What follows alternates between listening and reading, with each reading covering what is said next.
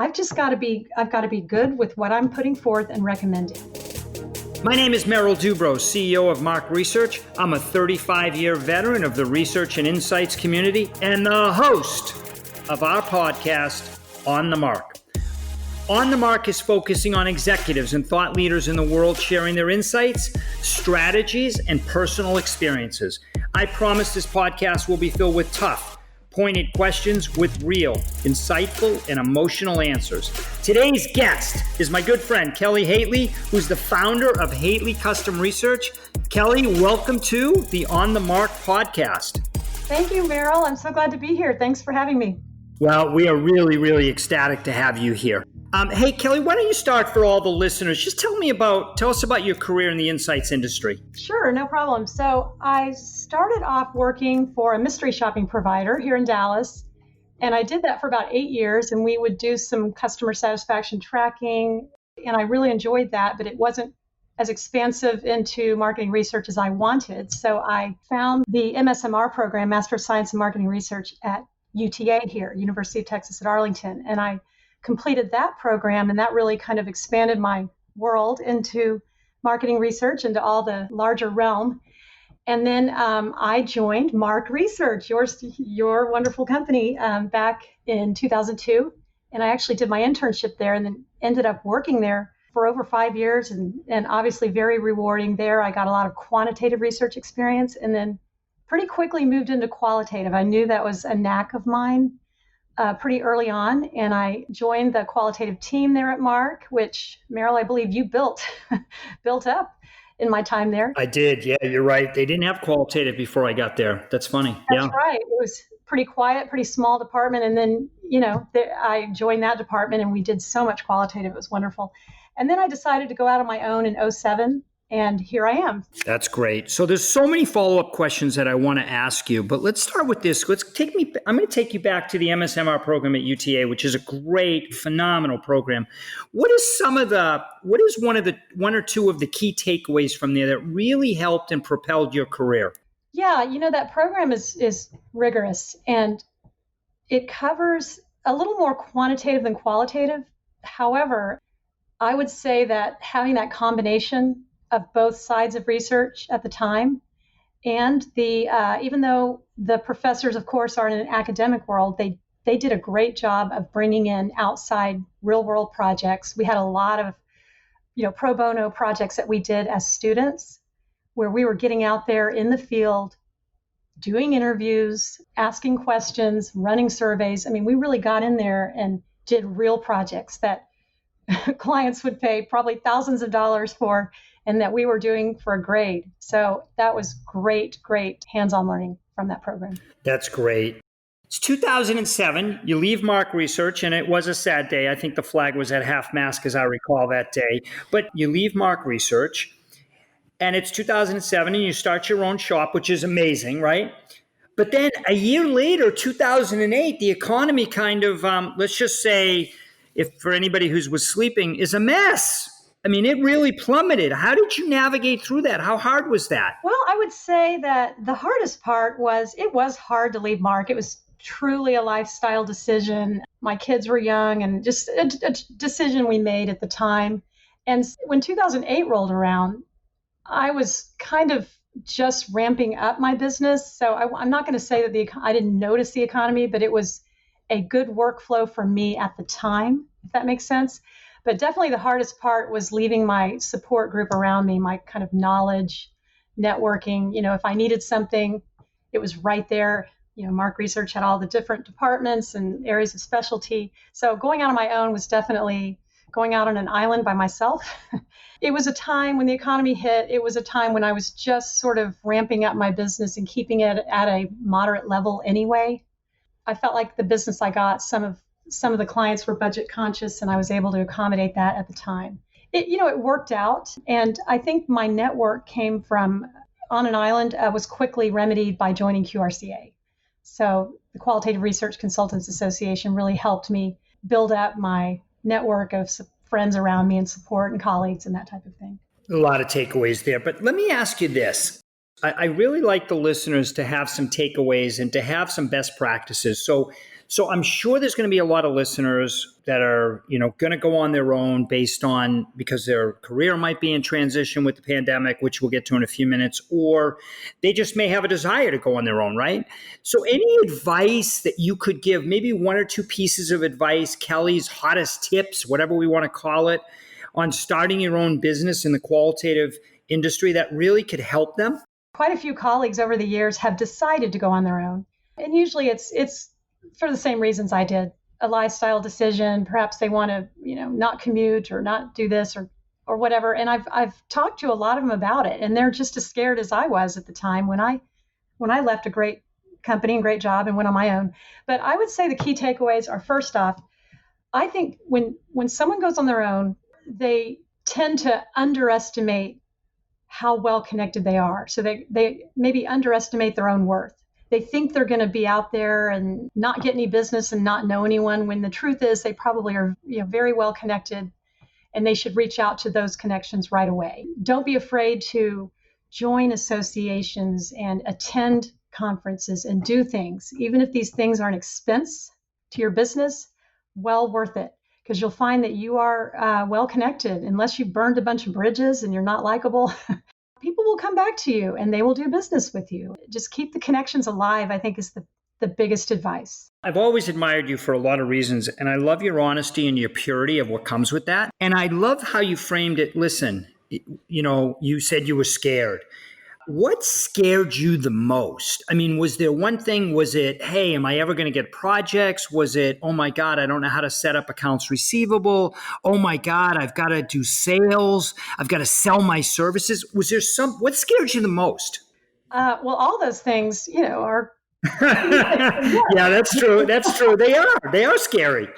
I'd say the biggest one for me was losing the support, the immediate support around you. So the sales part of it, I had been in sales for a while. When I was with the mystery shopping company, I was responsible for bringing in my own business. So the sales part, I wasn't as worried about. You do have to make the call and get out there and be brave. But it was more what if I get a project and I think I know the study design that this client needs for this qualitative project, but it sure would be nice to run it by someone. Two heads are better than one. So it's that kind of isolated feeling of I've got to be good with what I'm putting forth and recommending.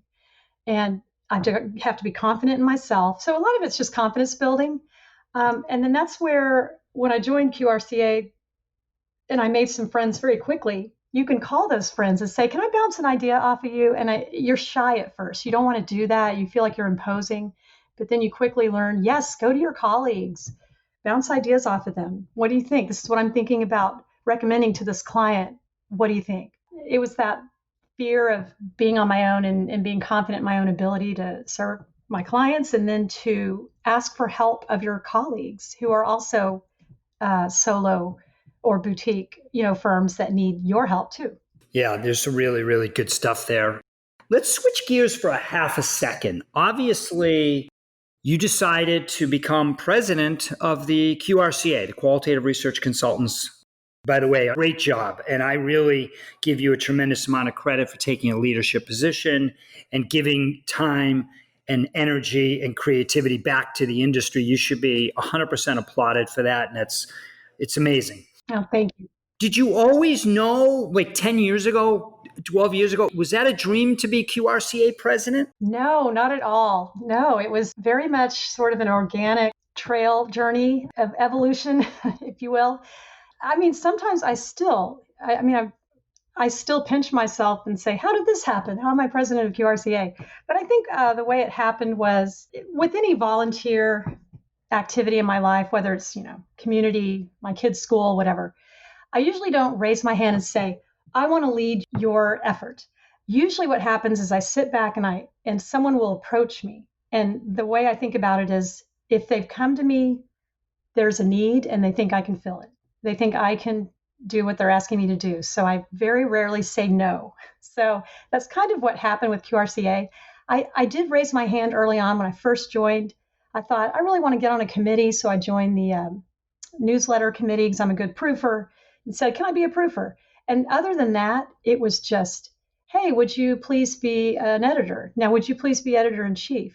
Hey, would you like to run for the board? And I ran once and didn't get it. And then I ran again and got it. And then I ran again. So it's 4 years now. So, and then how I got to president is, someone asked me to be treasurer. Okay, I'll be treasurer. And then treasurer. Next year, they asked me to be VP. And then when you're VP, you're automatically president. So I guess it's, QRCA saw the leadership in me and wanted me to lead. And so here I am and deeply love QRCA. Obviously, you can't be president without having just a deep passion for what the association stands for. And it's come so far, and I'm so proud of it.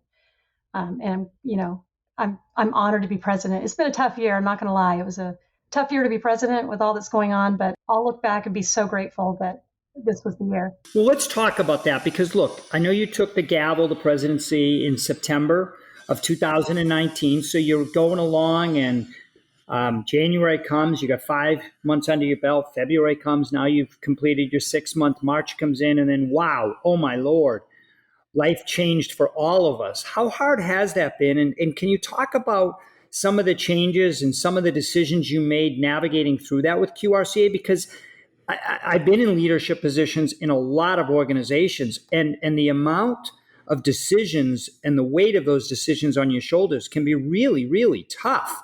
Yeah, it has been tough. It really has.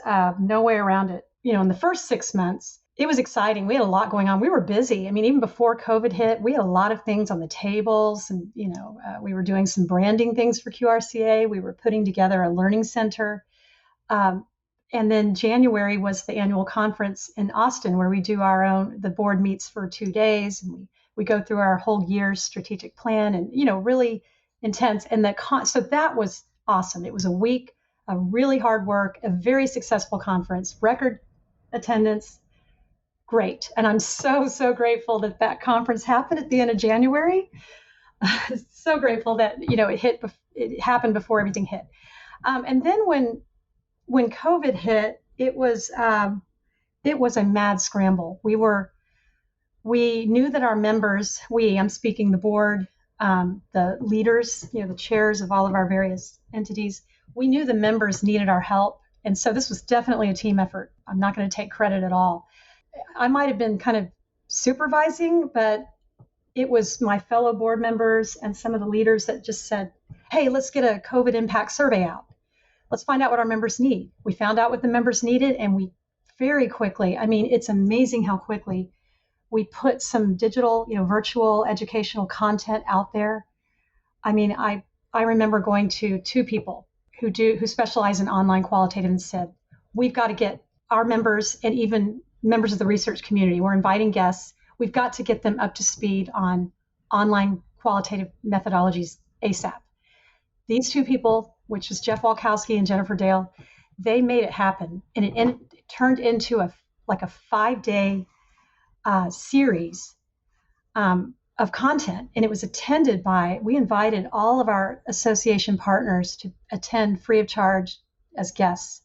SMR members from all over the world were at these events. And it was just so rewarding, even though it was a lot of work, to see the QRCA members pull something together that quickly and make it, not only pull it together quickly, but it was good. It was, and then we did the same thing. We did this virtual vendor fair that our special interest group leaders, they came up with the idea.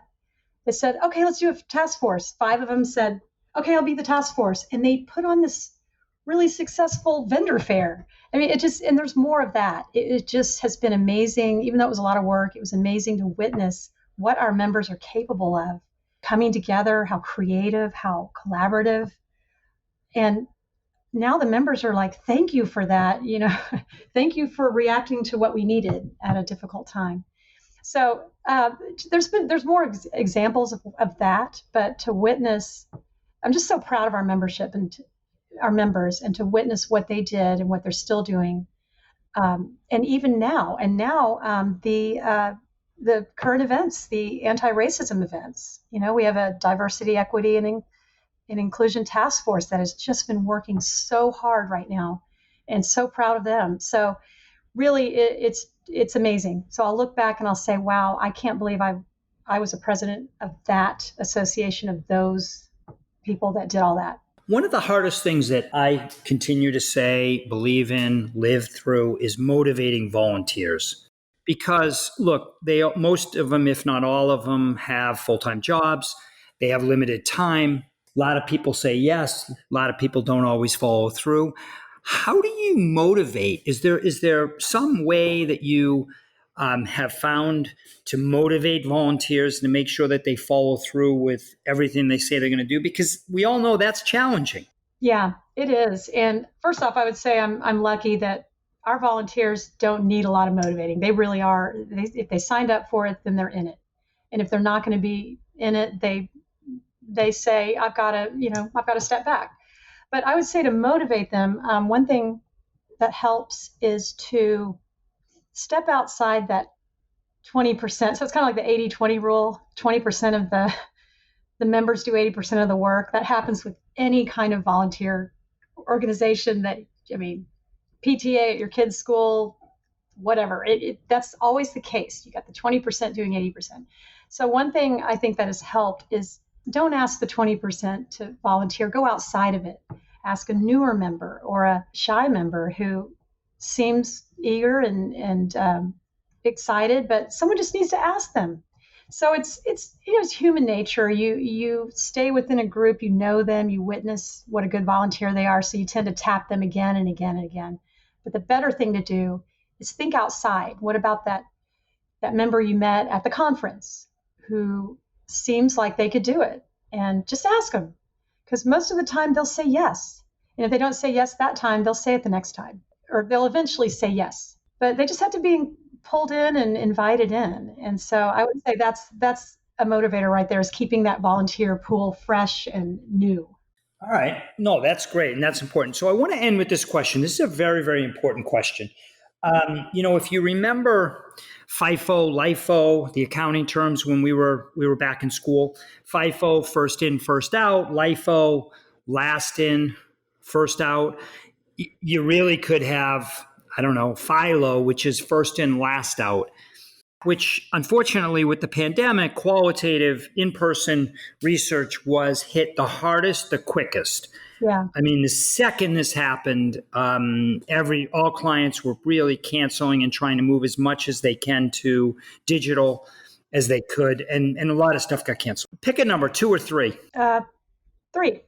3, great. Give me 3 trends as QRCA president, as somebody who's been in qualitative research her whole career, who has a good vision of what's going on in qualitative. Give me 3 headlines, 3 trends in qualitative research that you believe are here for a very, very long time.